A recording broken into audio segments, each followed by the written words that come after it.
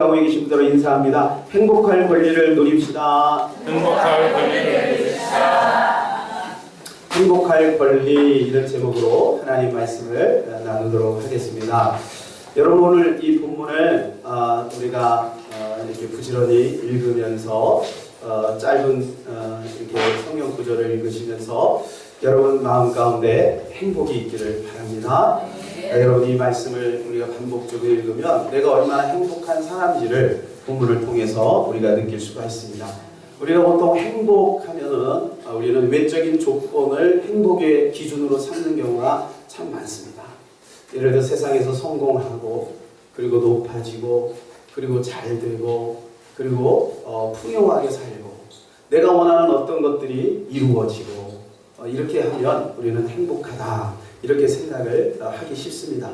그러나 여러분, 만일에 거기에다가 포커스를 맞춘다면 우리는 끊임없는 갈증이 있게 되고 만족이 없습니다. 그러면 그 사람은 행복을 쫓아가지만 정작 행복하지 못한 그런 인생을 살아갈 수도 있다는 것입니다. 여의도의 한 목사님이 간증을 하는 내용을 들었습니다. 그분이 불광동에서 천막을 치고 물이 줄줄 새는 그곳에서 가만히 깔아놓고 개척을 하면서 쭈그려 앉아 그 추운데 연탄 난로도 없이, 그리고 하나님 앞에 기도하며 있을 때, 지금 생각해보면 그때가 참 행복했구나, 이런 생각을 하신다는 간증을 들었어요. 그러면 지금은 어떤가? 지금은 이렇게 많은 성도들과 함께 신앙생활을 할 수 있으니 더 행복하다, 이것을 느낀다는 거예요. 여러분, 우리가 행복을 느낄 수 있는 것은 내가 주님 안에 있는가, 주님 밖에 있는가, 이것입니다. 여러분, 주님 안에 있으면 우리가 참으로 고통 속에 있고 어려움 속에 있어도 우리는 행복을 느낄 수 있고요. 주님 밖에 있는 고통은 여러분 우리에게 불행으로 기억될 것입니다. 저 인생도 참 어려운 순간이 많았지만 그 어려운 순간순간마다 주님이 나와 함께함으로 말미암아 내가 오늘 이 자리에 있고 또한 이렇게 행복하게 살아갈 수 있는 것이 아닌가, 이런 생각이 듭니다. 여러분들도 아마 그렇게 느끼시리라고 믿습니다. 저는 오늘 본문에서 주 안에 있는 내가 얼마나 행복한가, 이것을 우리가 한번 살펴보도록 하겠습니다. 저 여러분의 현재와 과거와 현재와 미래를 우리가 살펴보므로 이 행복의 권리를 회복하시는 복된 시간이 되시기를 바랍니다. 1절에서 3절까지는 과거를 돌아보게 하시고, 4절에서 5절은 현재의 나를 돌아보게 하시고, 그리고 6절은 미래의 나, 그리고 7절은 앞으로 우리가 무엇을 해야 되는지를 우리에게 말씀해 주고 있습니다. 첫 번째로, 과거를 돌아보면 현재 행복해진다는 것입니다.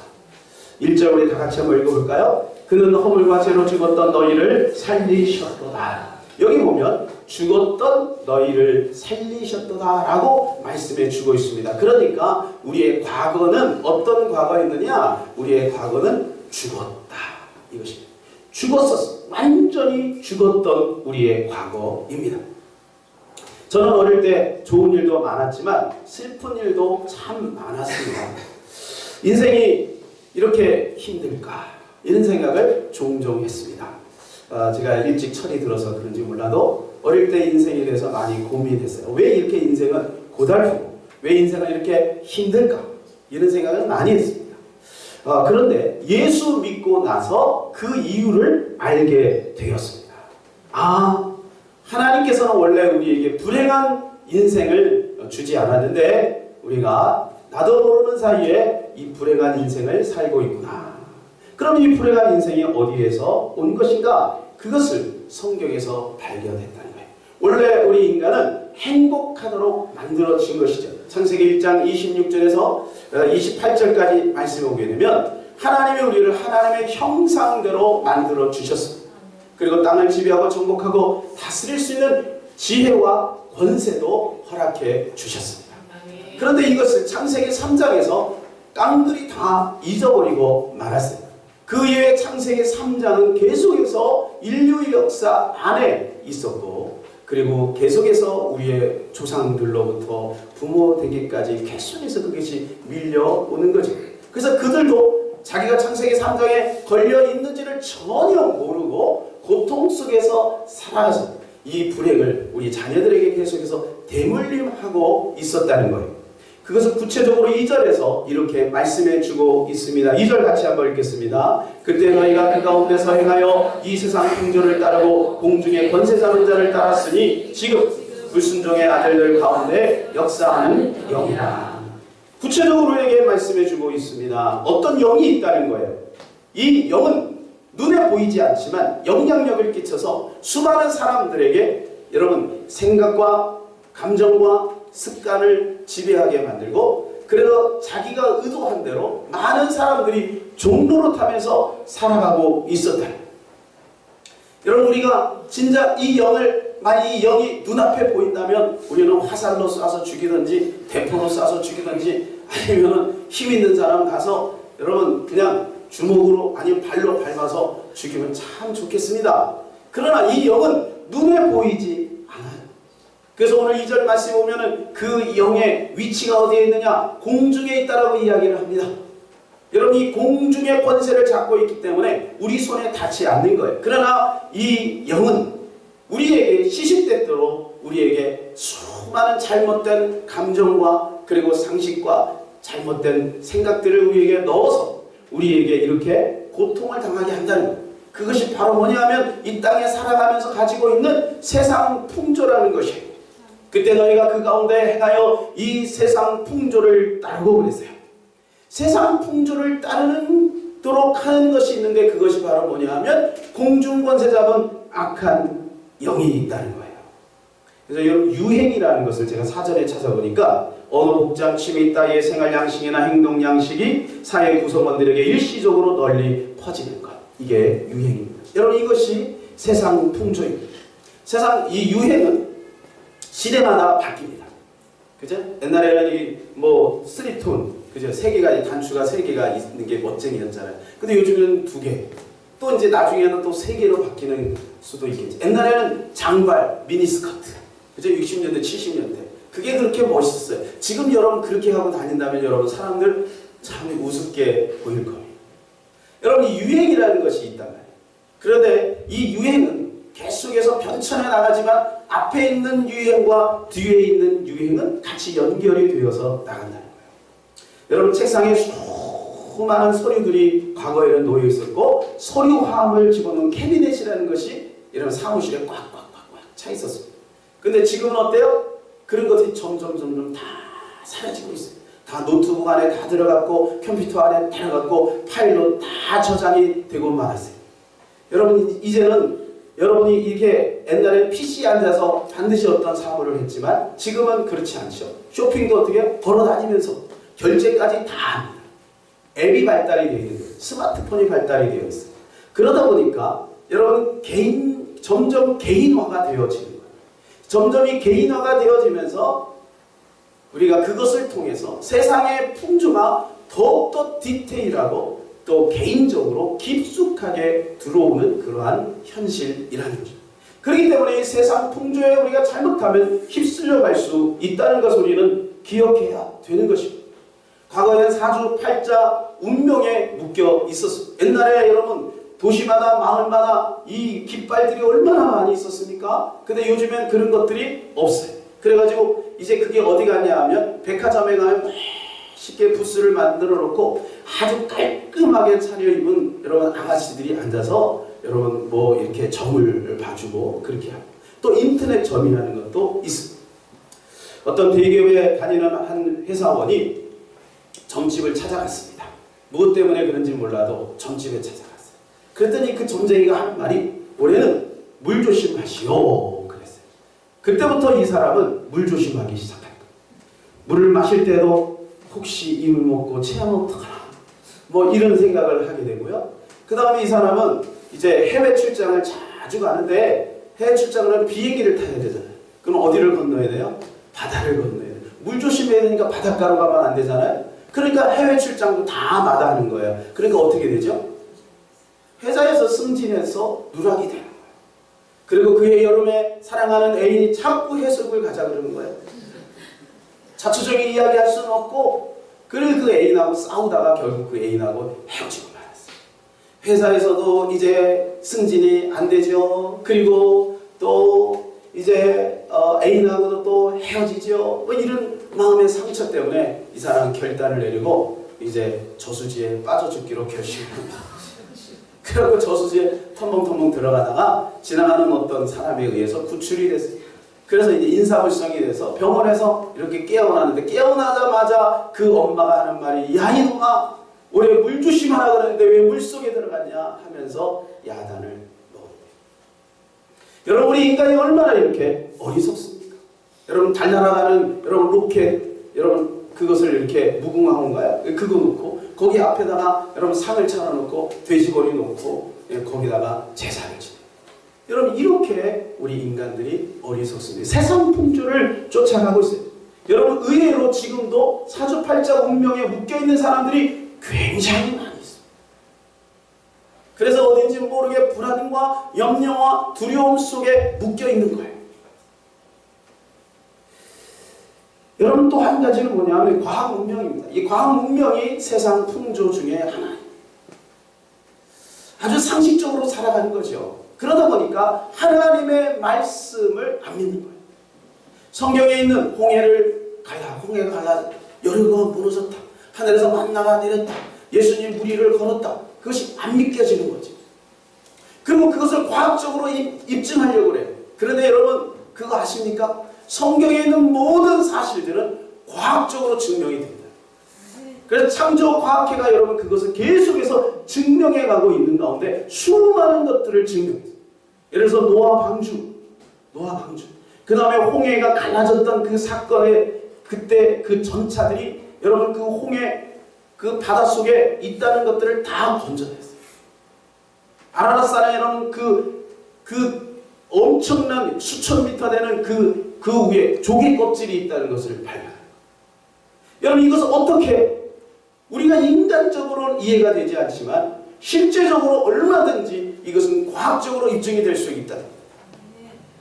카네기는 얘기합니다. 부활만큼 과학적으로 증명할 수 있는 것들은 확실한 것은 없다. 여러분, 예수 그리스도가 부활하셨다는 사실을 우리가 믿는 것이 믿음인 것입니다. 이 사실을 믿을 때 우리도 부활에 이르게 될 줄로 믿습니다. 우리가 다 과거에 이렇게 세상에 묶여 있었습니다. 지금은 우리가 거기에서 묶여 있지 않지만 이 교회 밖에 있는 수많은 사람들은 이 세상의 풍조에 묶여 있다. 좀 더 구체적으로 여러분 우리의 상태를 알려주는 것이 3절입니다. 3절 같이 한번 읽어볼까요? 시작. 전에는 우리도 다 그 가운데서 우리 육체의 욕심을 따라 지내며 육체와 마음에 원하는 것을 하여 다른 이들과 같이 본질상 진노의 자녀이었더니, 여기 보면 육체의 욕심을 따라서 본질상 진노의 자녀였다는 거예요. 이 말은 무엇이냐면 구원에 이를 쓰는 여망이 1%도 없다. 우리 스스로 구원에 이를 수 있는 여러분 가능성이 전혀 없다. 완전한 절망이고 완전한 좌절이고 완전한 밑바닥이라는 거예요. 그런데 하나님이 예수 그리스도를 보내주셔서 거기에서 우리를 건져주셨다. 저는 이 말씀을 어디서 확신하게 되었냐면 6월절 사건에서 이 말씀을 확신했습니다. 6월절 사건. 여러분 6월절 사건 보면 죽음의 신이 그 애국 전역을 쫙 돌아갑니다. 그죠? 이렇게 죽음의 신. 그런데 이스라엘 백성들이 문설주의 피를 받은 그 집들은 패스오버가 됩니다. 그냥 넘어갑니다. 여러분, 이 사건을 통해서 우리가 알 수 있는 것은 하나님은 이 땅을 징계하고 우리가 본질상 진노의 자녀이기에 도저히 가능성이 없는 이 땅을 죽음의 신으로 덮어버리려고 했으나 우리가 거기에서 주님의 은혜로 말미암아 건짐을 받았다는 거예요. 그래서 여러분, 구원은 그냥 오다 가다가 그냥 하나님이 이렇게 툭 던져준 거 우리가 받는 것이 아니라 구원은 전적인 하나님의 은혜로 말미암아 온 거예요. 이것이 바로 은혜입니다. 여러분, 우리는 이 한 가지만 붙잡아도 우리는 행복할 수 있는 것입니다. 여러분, 이 죽음의 신이 지나갈 때 무엇을 봤습니까? 단 한 가지만 봤습니다. 이 사람이 얼마나 많이 배웠는지, 얼굴이 얼마나 많이 예쁜지, 여러분 얼마나 부자인지, 얼마나 힘이 있는지 이것을 본 것이 아니에요. 오직 한 가지. 피가 있나 없나? 어린 양의 피가 있나 없나? 요 한 가지만 봤다는 거예요. 여러분, 이 피로 말미암아 우리는 구속함을 받은 줄로 믿습니다. 우리는 당연히 죽어야 될 그 자리에 있었던 거예요. 여러분, 우리가 구원을 받을 만한 어떤 모양을 가지고 있지 않아요. 당연히 죽어야 마땅한 거죠. 그런데 주님의 은혜로 말미암아 예수 그리스도로 구원을 받았다는 거예요. 이것이 얼마나 놀라운 은혜입니까? 그런데 신앙생활을 오래 하다 보면 나도 모르는 사이 이 사실을 새카맣게 잊어버립니다. 내가 1만 달란트를 빚져가지고 여러분 그 임금님이 탕감을 해주셨잖아요. 그러면 얼마나 감사합니까?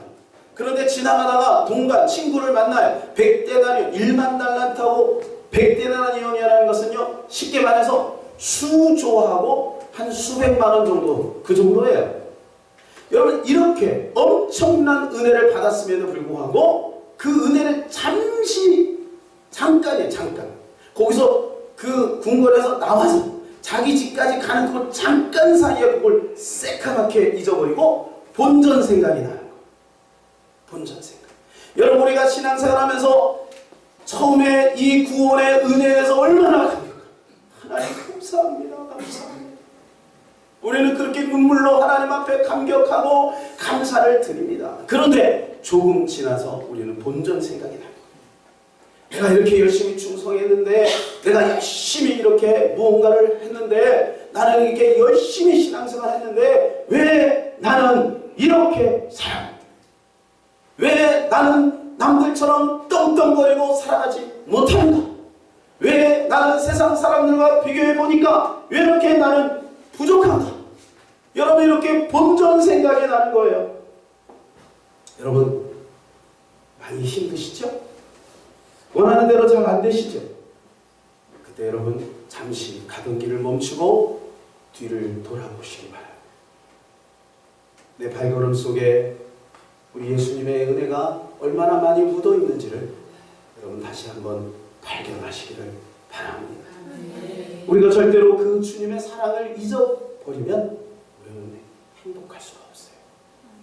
세상적인 외적인 어떤 조건을 우리가 추구한다면 여러분 절대 만족이라는 것은 없다는 것입니다. 두 번째로는 지금 행복을 누려야 합니다. 4절 5절 우리 같이 한번 읽겠습니다. 긍휼이 풍성하신 하나님이 우리를 사랑하신 그 큰 사랑을 인하여 허물로 죽은 우리를 그리스도와 함께 살리셨소. 너희는 은혜로 구원을 받은 것이라. 아멘. 여러분, 은혜로 말미암아 우리가 구원을, 지금 우리의 상태입니다. 우리는 구원받은 사람입니다. 여러분, 세상에는 두 종류의 사람이 있습니다. 구원받은 사람과 구원받지 못한 사람. 교회 다니는 사람과 교회 안 다니는 사람의 차이가 아니라 구원받은 사람과 구원받지 못한 사람. 교회를 다녔다고 해서 구원받는 게 아니에요. 예수를 인격적으로 만나야 구원에 이르는 것입니다. 그렇다면 여러분, 저와 여러분 구원받은 사람인 줄로 믿습니다. 여러분, 우리가 정말 구원을 받았다면 우리는 새로워져야 합니다. 구원 안에는 놀라운 것들이 숨겨져 있습니다. 제가 전에도 말씀드렸듯이 거지와 왕자 이야기를 보면 거지와 왕자가 옷을 바꿔 입었어요. 얼굴이 이제 비슷하니까 옷을 바꿔 입었어요. 그리고 이제 거지가 왕자의 옷을 입고 궁궐 안으로 들어갔습니다. 그런데 여러분, 그 왕자는 겉은 왕자인데 속은 거지예요. 그러니까 식탁에서 밥을 먹는데도 어떻게 먹냐면 옛날의 습관처럼 손으로 막 퍼서 먹는 거예요. 그렇게 넓은 침대, 좋은 침대가 있는데도 불구하고 거기에 두 다리 쭉 뻗고 잠을 못 자고 침대 밑에 쭉 들어가서 쪼그리고 이렇게 자는 거예요. 왜요? 겉은 왕자인데 속은 거지예요. 여러분, 우리가 주일 예배를 열심히 드립니다. 신앙생활을 열심히 합니다. 나름대로 기도도 합니다. 누가 봐도 이 사람은 크리스찬입니다. 그런데 겉은 크리스찬인데 속은 아직까지 세상의 모습을 가지고 있는 거예요. 세상의 가치로 살아가는 거예요. 그러니까 세상 사람들과 비교해서 나를 비교해 보니까 내가 초라한 거죠. 그러니까 죽으려고 자는 거예요. 행복을 누리지 못하는 거예요. 내가 이 구원받은 이 놀라운 비밀 속에서 이 비밀을 누리지 못하고 있다는 거예요. 여러분, 이스라엘 백성들이 이 숨어있는 거짓 근성을 빼내는데 40년 걸렸어요. 40년. 하나님은요, 이스라엘 백성들을 바로 가나안 땅으로 인도하기를 원하셨어요. 축복의 동산으로 바로 인도하기를 원하셨어요. 그런데 그들이 이 거짓의 근성을 그대로 가지고 있으니까 어떻게 해요? 하나님은 가나안 땅에 들여보낼 수가 없는 거예요. 왜? 가나안 땅에는 여러분 가나안 칠족속과 여러분 그 수많은 여러분 타락한 그 인생들을 가나안 땅에서 몰아내고 새로운 땅을 만들려고 하는데 아직까지 거지의 근성이 있는 그 사람을 거기다 보내면 옛날 모습을 그대로 답습할 거예요. 그러니까 이 거지 근성을 빼는데 40년이 걸렸단 말이에요. 그런데 여러분 그거 아시죠? 이 40년을 결정하는데 하나님께서는 한 가지 중요한 테스트를 했다. 그것이 가데스 바네아. 가데스 바네아에서 12명의 정탐꾼을 보냅니다. 이것으로 결정된 거예요. 하나님이 그때 이 테스트에 잘 통과하면 하나님이 이스라엘 백성들을 바로 가나안으로 보낼 마음이 있었어요. 그런데 그들은 이 테스트에서 여러분 통과하지 못합니다. 여러분 저는 이런 생각을 가끔 해봅니다. 차라리 여호수아와 갈렙이 부정적인 보고를 하고 나머지 10명이 긍정적인 믿음의 보고를 했더라면 아마 그들은 가나안에 들어갈 수 있어요. 10대 2가 2대 10으로 바뀌었다면 그러면 분명히 하나님께서는 그들을 그래도 가나안으로 인도해야지. 여러분 애굽에서 가나안까지 들어가는 길은 어떤 사람은요 직선거리로 하면 일주일이면 간다고 하고 어떤 사람은 40일을 갈 수 있다고 해요. 40일이면 갈 수 있는 그 길을 40년을 하나님께서 빙빙빙빙 광야에서 돌렸다는 거예요. 빙빙 돌렸다. 이것은 그들 속에 있는 그 잘못된 생각들, 잘못된 가치관, 여러분 이것을 빼내기를 원하십니다. 여러분 하나님은 가데스 바네아에 우리를 세우십니다. 여러분의 가데스 바네아는 어디입니까? 어떤 사람은 그것이 돈일 수도 있습니다. 어떤 사람은 그것이 자녀일 수도 있습니다. 어떤 사람은 그것이 명예일 수도 있습니다. 어떤 사람은 그것이 상황일 수도 있습니다. 어떤 사람은 그것이 일일 수도 있습니다.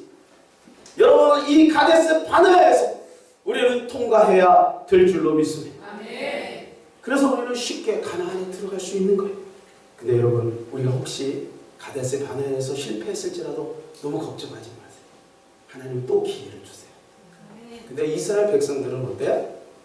또 넘어집니다. 만약 그들이요 물이 없어서 목이 마르다고 하나님 앞에 물 좀 주세요. 이 물이 씁니다. 단물을 주세요 라고 기도를 했다. 하나님을 원망하지 않고 마라에서 하나님 은혜를 주세요. 물을 주세요 라고 기도했더라면 여러분 그들이 먹을 것이 없을 때 하나님 좀 먹을 것을 좀 주세요.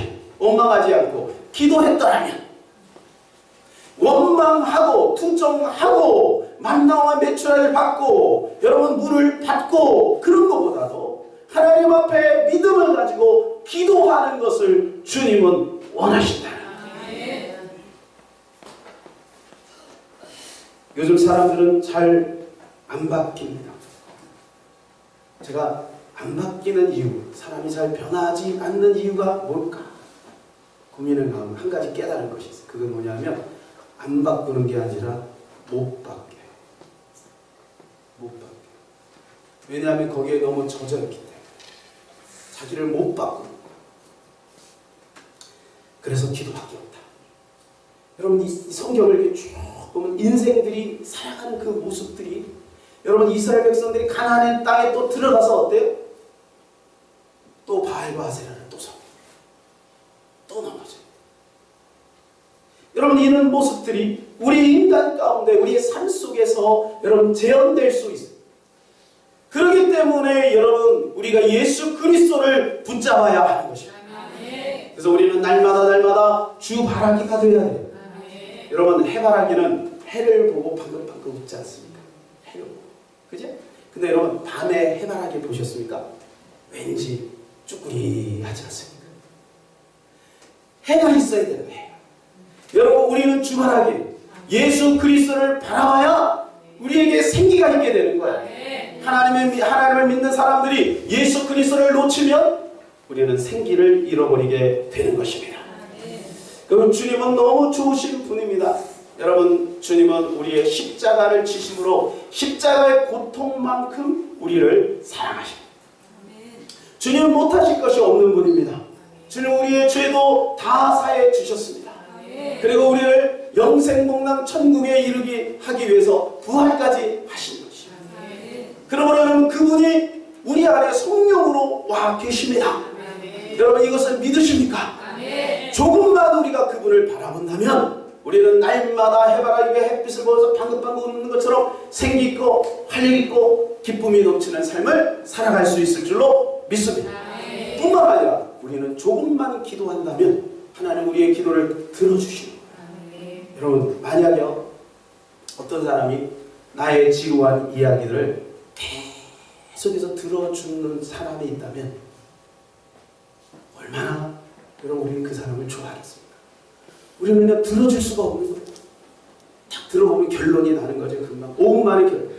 저 5분만 그냥 끝나는 5분만 이야기하고 끝나는 걸 뭐 저렇게 길게 얘기하나. 빨리 끝나면 좋겠다. 여러분 이런 생각들을 우리는 겉으로는 웃으면서 들어주는 것 같지만 속으로는 빨리 끝나면 좋겠다. 혹시 지금 그러시는 분 없어요? 막 그런 거예요. 그게 우리 인간의 모습이에요. 그죠? 들어주지를 못해요. 그런데 여러분 우리 주님은 어때요? 다 들어주세요. 우리 마음의 상처. 여러분 그것이 나에게는 상처고 나에게는 중대한 일이지만 여러분 주님 앞에 여러분 그것은 어떻게 보면 그렇게 큰 일은 아니에요. 왜? 주님의 해결점을 다 가지고 있기 때문에. 그런데 주님은 그냥 들어주세요. 어떤 말이든지 다 들어주세요. 우리의 속상한 이야기도 다 들어주세요. 시시콜콜한 이야기를 다 들어. 오히려 우리가 말을 적게 하면 토라집니다. 주님은 그런 거. 여러분 그분이 우리 주님이십니다. 그분이 우리의 사랑이신 주님이십니다. 그래서 여러분 우리는 이 땅에 반드시 성공할 수 있고 행복할 수 있고 승리할 수가 있는 것입니다. 세 번째로 미래의 행복이 보장되어 있다는 것입니다. 우리 6절 7절 한번 읽어볼까요? 시작. 또 함께 일으키사 그리스도 예수 안에서 함께 하늘에 앉히시니 이는 그리스도 예수 안에서 우리에게 자비하심으로써 그 은혜의 지극히 풍성함을 오는 여러 세대에 나타내려 하십니다. 계시록 21장 3절 4절에 보면 이렇게 말씀해 주고 있습니다. 우리 다 같이 한번 읽어볼까요? 시작. 그들은 하나님의 백성이 되고 하나님이 친히 그들과 함께 계셔서 모든 눈물을 그 눈에서 닦아주시니 다시는 사망이 없고 애통하는 것이나 곡하는 것이나 아픈 것이 다시 있지 아니하니 처음 것들이 다 지나갔습니다. 여러분 그때는요 하나님과 우리가 대면해서 그리고 주님이 말씀합니다. 너는 내 아들이다. 여러분 이게요 그냥 성경에서 간접적으로 목사님을 통해서 간접적으로 듣는 게 아니라 주님의 음성을 듣는 여러분 주님의 음성을 다 들을 때 주님 뭐라고 말씀하세요? 내 눈에서 눈물을 닦아주시고 다시는 사망이 없고 애통하는 것이나 곡하는 것이나 아픈 것이 다시 있지 아니하니 처음 것들이 다 지나갔습니다. 완전한 평화가 이루어지는 거예요. 여러분 우리는 그것을 보장받은 줄로 믿습니다. 비록 내가 이 땅에서 조금 내가 원하는 그 어떤 것이 잘 안되고 조금 세상 사람들과 비교해 봤을 때 그 네피림 여러분 창세기 6장에 나와있는 수많은 네피림 잘 나가는 네피림 남들보다 어깨 더 한 뼘은 더 높은 그 네피림 멋있고 훌륭하고 잘생기고 쭉쭉빵빵 여러분 재산도 많고 여러분 그런 네피림이 세상에 있어서 순간순간 우리가 비교의 대상이 돼요. 나는 예수 믿는데 왜 이렇게 거지 나사로처럼 이렇게 가난하게 살아야 되는가? 여러분 가난하다는 얘기가 아니라 여러분 다 부자가 될 줄로 믿습니다. 그런 생각이 들지라도 여러분 잊지 마세요. 우리는 영원한 천국이 보장되어 있다는 거예요. 그런데 여러분 한 가지 여러분에게 부탁드리고 싶은 게 있어요. 그게 뭐냐? 저 죽어서 천국을 누리지 말고 이 땅에서 천국을 누리시기를 바랍니다. 이 땅에서 얼마든지 여러분 천국의 비밀을 누릴 수가 있습니다. 브루스 윌킨슨이라고 하는 분이 야베스의 축복이라고 하는 책을 썼습니다. 그분의 글에 보면 천국에 간 존 이야기가 있습니다. 존이 천국에 갔습니다. 베드로를 만났어요. 베드로가 안내자가 되어서 존을 천국의 이곳저곳을 돌아다닙니다. 여러분 천국이 얼마나 아름답고 멋있겠습니까? 입을 쫙 벌리고 황홀한 가운데 천국을 쫙 구경하는 가운데 이상한 것이 하나 보였어요. 어떤 굳게 닫혀있는 큰 창고 같기도 하고 성 같은 곳을 발견한 거예요. 그래서 베드로에게 이야기합니다. 저것은 도대체 뭡니까? 저것에 내가 들어가면 안 되겠습니까? 그랬더니 베드로가 좀 안 들어가는 게 좋을 것이요. 그랬어요. 왜 그러지? 아니 천국에도 비밀이 있단 말인가? 그날 천국 구경을 다 하고 그러고 나서 잠깐 쉬고 있는데 계속해서 거기가 가보고 싶은 거예요. 그래서 베드로를 다시 찾아요. 그래서 다시 그곳에 갑니다. 성문을 딱 들고 들어갔는데 깜짝 놀랐어요. 그 성 안에는 선반이 쫙 있는 거예요. 아마 수천 평, 수만 평 되는 선반이에요. 선반이 쫙 펼쳐져 있는데 이쁜 상자들이 쫙 놓여 있고 그리고 거기에 이름들이 하나씩 다 있는 거예요. 그래서 자기가 존이잖아요. 그래서 지읒을 찾아갔어요. 제이를 찾아갔겠죠, 그죠? 찾아갔어요. 딱 하고 딱 보니까 빨간 리본이 탁 달려있는 자기 상자를 딱 본 거예요. 베드로가 이야기하고요. 안 열어보는 게 좋을 건데요. 근데 궁금해 죽겠는데 자기도 모르게 그냥 탁 열었어요. 그런데 여는 순간 그 수많은 사람들 입에서 나왔던 탄성 소리가 존에게도 똑같이 돼요. 아이고, 왜 그랬을까요? 거기에는 내가 이 땅에서 얻고 싶었다, 갖고 싶었다, 내가 추구했던 꿈들 거기에 다 담겨. 주님은 그것을 우리에게 다 주시려고 준비하고 있는 거예요. 그런데 세상에서 구하지라는 구하여도 믿음으로 구하지 않아요. 지난주에 말씀드린 대로 받침대만 준비해놓고 그리고 시간이 가니 응답이 되지 않는구나 하고 포기해버립니다. 여러분 잊지 마세요. 기독교는 기적의 종교입니다. 하나님은 물이 변하여 포도주가 되게 하실 수 있습니다. 여러분 소경 바디메오를 일생에 여러분 거지 일생에 소경으로 묶여있던 그도 하나님은 그를 살리고 운명을 바꿀 수 있는 것입니다. 여러분 안진뱅이 40년 동안 안진뱅이로 태어나면서도 안진뱅이로 했던 그 사람을 하나님은 여러분 새로운 인생으로 바꿔주실 수가 있는 것입니다. 그렇다면 여러분 주님을 믿고 기도하시기 바랍니다. 그러면 이 땅에서도 우리는 천국을 누릴 수가 있는 줄로 믿습니다. 이것이 주님이 우리에게 약속해 주신 행복입니다. 여러분 꼭 이 땅에서 행복을 누리시기를 바랍니다. 우리는 행복할 권리가 있습니다. 옆에 있는 사람에게 행복의 권리를 누립시다. 이 말씀을 생각하면서 한번 1분만 기도할 때요. 하나님 과거를 돌아보게 하옵소서. 그리고 현재의 주님을 바라보게 하옵소서. 미래의 모든 것들을 기도로 우리가 정복해 나가서 영원한 천국에 이를 때까지 주님의 사명 감당하는 우리가 되게 하여 주시옵소서. 우리 주여 한번 간절히 기도합니다. 주여